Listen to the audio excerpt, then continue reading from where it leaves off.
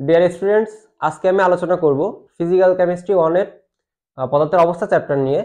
এবং আজকে আমাদের আলোচ্য টপিকস হচ্ছে গতির স্বাতন্ত্র মাত্রা। গতির স্বাতন্ত্র মাত্রা। এই গতির স্বাতন্ত্র মাত্রা নির্ণয়ের সূত্র হচ্ছে 3n। তাহলে গতির স্বাতন্ত্র মাত্রা নির্ণয়ের সূত্র কি? 3n।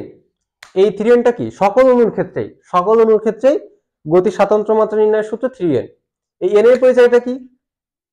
n এর পরিচয়টা হচ্ছে আমরা যে অণুতে গতির স্বাতন্ত্র মাত্রা নির্ণয় করব ওই অণুতে বিদ্যমান পরমাণুর সংখ্যা। তাহলে n এর পরিচয় পরমাণুর সংখ্যা। এই গতির স্বাতন্ত্র মাত্রাকে 3টি ভাগে ভাগ করা হয়। কয়টি ভাগে? 3টি ভাগে। গতির স্বাতন্ত্র মাত্রাকে কয়টি ভাগে ভাগ করা হয়? 3টি ভাগে। নাম্বার 1 হচ্ছে স্থানান্তর স্থানান্তর মাত্রা। এটার ইংলিশ নেম হচ্ছে ট্রান্সলেশনাল। নাম্বার 2 হচ্ছে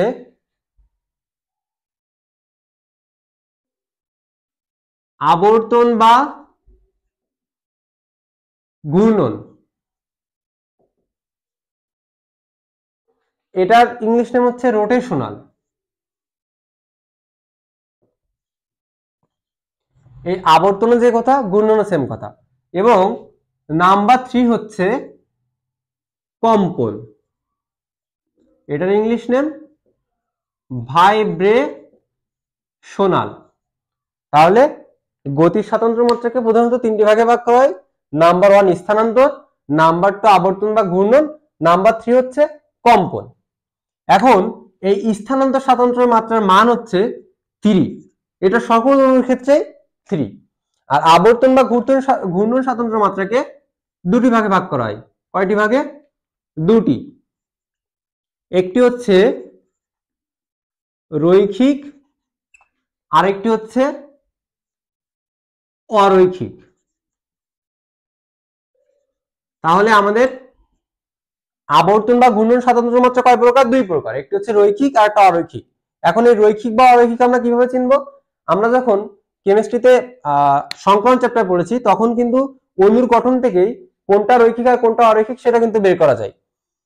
তো যেমন আমরা রৈখিকের একটা এক্সাম্পল যদি বলি, যেমন কার্বন ডাইঅক্সাইড, অক্সিজেন। অরৈখিক কি? পানি। এটা কিভাবে আমরা যদি একটু ছোট্ট করে দেখি, দেখো কার্বন ডাইঅক্সাইডের গঠনটা যদি আমরা একটু দেখি এমন, তাহলে এটা কি একটা সরল রেখি আকার না? এজন্য কার্বন ডাইঅক্সাইডটা কি? রৈখিক। আর পানির গঠনটা কেমন? দেখো পানির গঠনটা কিসের মতো? উল্টা ভি এর মতো। এজন্য এটা কি? অরৈখিক। এখন এই রৈখিক স্বাতন্ত্র মাত্রা হচ্ছে 2 আর অরৈখিক কি? 3। তাহলে আবর্তন বা ঘূর্ণন স্বাতন্ত্র মাত্রা কয় প্রকার দেখলাম? 2 প্রকার। একটা হচ্ছে রৈখিক, একটা অরৈখিক। যখন রৈখিক হবে তখন তার মান 2, যখন অরৈখিক তখন মান হচ্ছে 3। আবার কম্পন স্বাতন্ত্র মাত্রাকেও আমরা কয় ভাগে ভাগ করতে পারি? 2 ভাগে। একটা হচ্ছে সংকোচন প্রসারণ, একটা কি? সংকোচন প্রসারণ। এটাকে ইংলিশে বলা হয়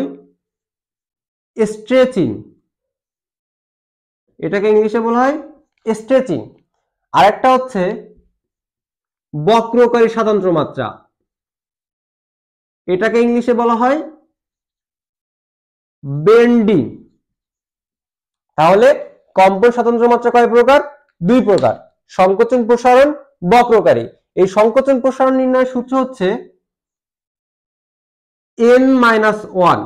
এই সংকোচন প্রসারণ নির্ণয়ের সূত্র হচ্ছে n-1। আর বক্রকারী নির্ণয়ের সূত্র হচ্ছে কম্পন মাইনাস সংকোচন প্রসারণ। অর্থাৎ এটা আমরা ইংলিশে লিখি কম্পন মাইনাস স্ট্রেচিং।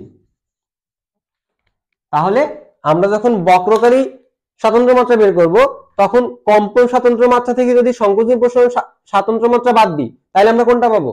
বক্রকারী। তাহলে আমরা যদি গতির স্বতন্ত্র মাত্রাকে আবার একটু সামারাইজ করি, গতির স্বতন্ত্র মাত্রা নির্ণয়ের সূত্র কি? 3n। এখানে n এর পরিচয়টা কি? যে অণুতে স্বতন্ত্র মাত্রা বের করব সেই অণুতে বিদ্যমান পরমাণুর সংখ্যা। গতির স্বতন্ত্র মাত্রা প্রধানত 3 প্রকার। নাম্বার 1 স্থানান্তর, নাম্বার 2 আবর্তন বা ঘূর্ণন, নাম্বার 3 হচ্ছে কম্পন। আর স্থানান্তর স্বতন্ত্র মাত্রা সকল অণুর ক্ষেত্রে 3। আবর্তন বা ঘূর্ণন স্বতন্ত্র মাত্রা আবার 2 প্রকার, একটা হচ্ছে রৈখিক আর একটা অরৈখিক। রৈখিকের ক্ষেত্রে স্বতন্ত্র মাত্রার মান 2, অরৈখিকের ক্ষেত্রে স্বতন্ত্র মাত্রার মান কত? 3। আর কম্পন স্বতন্ত্র মাত্রা আবার কয় প্রকার? 2 প্রকার, একটা হচ্ছে সংকোচন প্রসারণ আর একটা হচ্ছে বক্রকারী। সংকোচন প্রসারণ নির্ণয়ের সূত্র হচ্ছে n-1, আর যখন বক্রকারী নির্ণয় করব তখন সূত্র হচ্ছে কম্পন মাইনাস স্ট্রেচিং। এরপরে আমরা কয়েকটা एग्जांपल দেখব। এখন আমরা গতির স্বতন্ত্র মাত্রা দুইটা एग्जांपल দেখব, একটা হচ্ছে কার্বন ডাই অক্সাইড, একটা পানি। এখানে একটা রৈখিক এবং একটা অরৈখিক। তো তোমরা যদি এই দুটো एग्जांपल ভালোভাবে বোঝো তো এই নিয়মে বাকি एग्जांपल গুলো ইজিলি সলভ করতে পারবা ইনশাআল্লাহ। তো আমরা ফার্স্টে দেখি কার্বন ডাই অক্সাইডের জন্য। তো তোমরা যখন স্বতন্ত্র মাত্রা বের করবা তখন ফার্স্টেই দেখবা যে অণুটি দেওয়া আছে সেটা কি সরল রৈখিক নাকি অরৈখিক।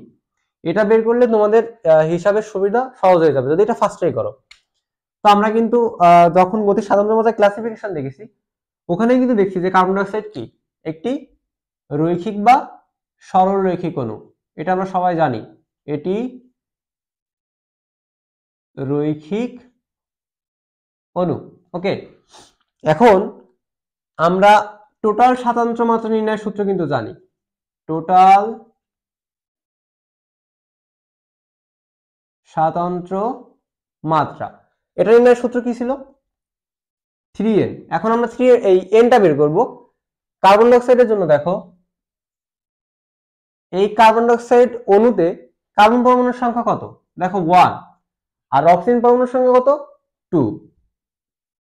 তাহলে টোটাল পরমাণুর সংখ্যা কত? 3। তাহলে n এর মান কত? 3। এখন n এর মান বসালে আমরা কত পাই? 3 × 3 = 9। এরপর হচ্ছে স্থানান্তর স্বতন্ত্র মাত্রা। স্থানান্তর স্বতন্ত্র মাত্রা আমরা কিন্তু দেখেছি সকল অণুর ক্ষেত্রে স্থানান্তর স্বতন্ত্র মাত্রা মান কত?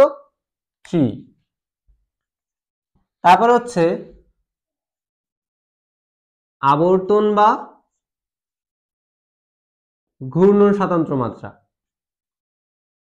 এটা আমরা যখন দেখছিলাম এটার আবার দুইটা ভাগ ছিল, একটা হচ্ছে রৈখিক আর একটা অরৈখিক। রৈখিক হলে কত ছিল? 2, আর অরৈখিক হলে কত? 3। তো আমরা প্রথমে দেখেছি যে কার্বন ডাই অক্সাইড কি একটা রৈখিক অণু, তাহলে স্বতন্ত্র মাত্রার মান কত? 2। এরপর হচ্ছে আমরা বের করব কম্পন স্বতন্ত্র মাত্রা।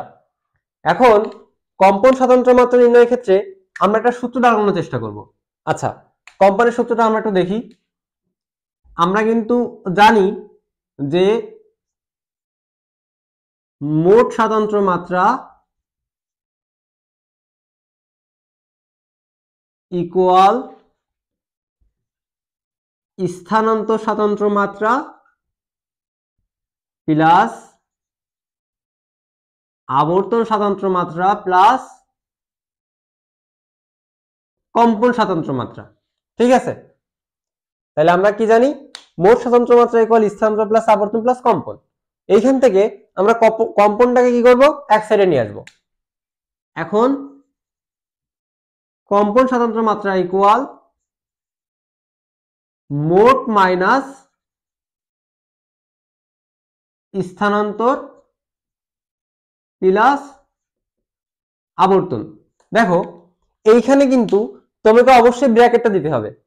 তাহলে কি কম্পন স্বতন্ত্র মাত্রা ইকুয়াল মোট স্বতন্ত্র মাত্রা মাইনাস স্থানান্তর প্লাস আবর্তন।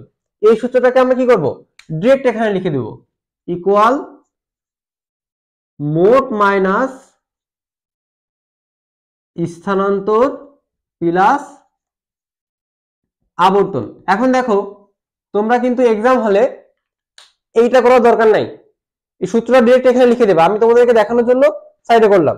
এখন দেখো আমার মোট স্বতন্ত্র মাত্রা কত ছিল? 9। মাইনাস স্থানান্তর কত বের হয়েছে 3 আর আবর্তন কত 2, তাইলে 9 - 5 = 4।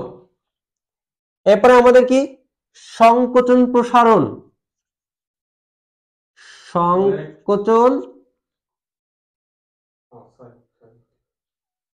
প্রসারণ।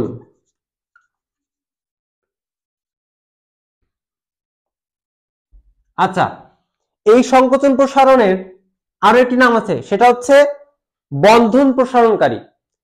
অনেক জায়গায় দেখবা সংকোচন প্রসারণের আরেকটি নাম কি বন্ধন প্রসারণকারী। এটার সূত্র আমরা কি লিখছিলাম n-1। এখানে n এর মান কত, আমাদের n এর মান বের হয়েছে কত 3 - 1 = 2। আর আমাদের সর্বশেষ কি বক্রকারী, বক্রকারী স্বাতন্ত্র মাত্রা ইকুয়াল, এইটার সূত্র কি ছিল মনে আছে কম্পন মাইনাস স্ট্রেচিং। স্ট্রেচিং মানে কি সংকোচন প্রসারণ,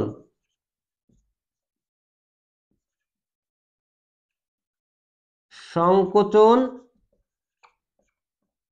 প্রসারণ।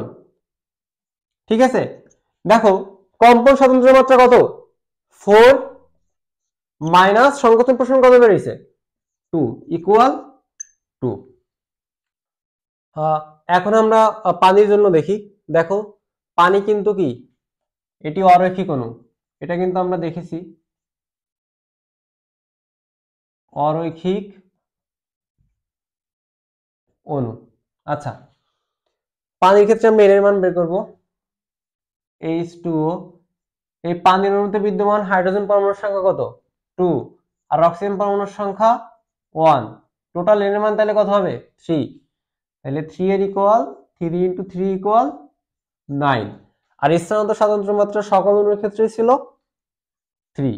আর আবর্তন বা ঘূর্ণন রৈখিকের ক্ষেত্রে ছিল 2 আর অরৈখিকের ক্ষেত্রে ছিল 3। এটা যেহেতু অরৈখিক অণু তাহলে অবশ্যই 3। আর কম্পন স্বাতন্ত্র মাত্রা মোট মাইনাস স্থানান্তর প্লাস আবর্তন, এখানে মোট স্বাতন্ত্র মাত্রা বের হয়েছে আমাদের 9 মাইনাস স্থানান্তর 3 আবর্তনও 3, তাহলে 9 - 6 = 3। ওকে, সংকোচন প্রসারণ এটা কত n-1, n এর মান 3 - 1 = 2। আর বক্রকারী এটা হচ্ছে কম্পন মানের সংকোচন প্রসারণ, এটাকে তোমরা নেগেটিভ ভেবো না কেউ, সংকোচন প্রসারণ একসাথে। এখন দেখো কম্পন কত, কম্পন হচ্ছে আমাদের 3 মাইনাস সংকোচন প্রসারণ কত 2, তাহলে 3 - 2 = 1। তাহলে আমরা কার্বন ডাই অক্সাইড ও পানির ক্ষেত্রে বিভিন্ন স্বাতন্ত্র মাত্রা দেখলাম।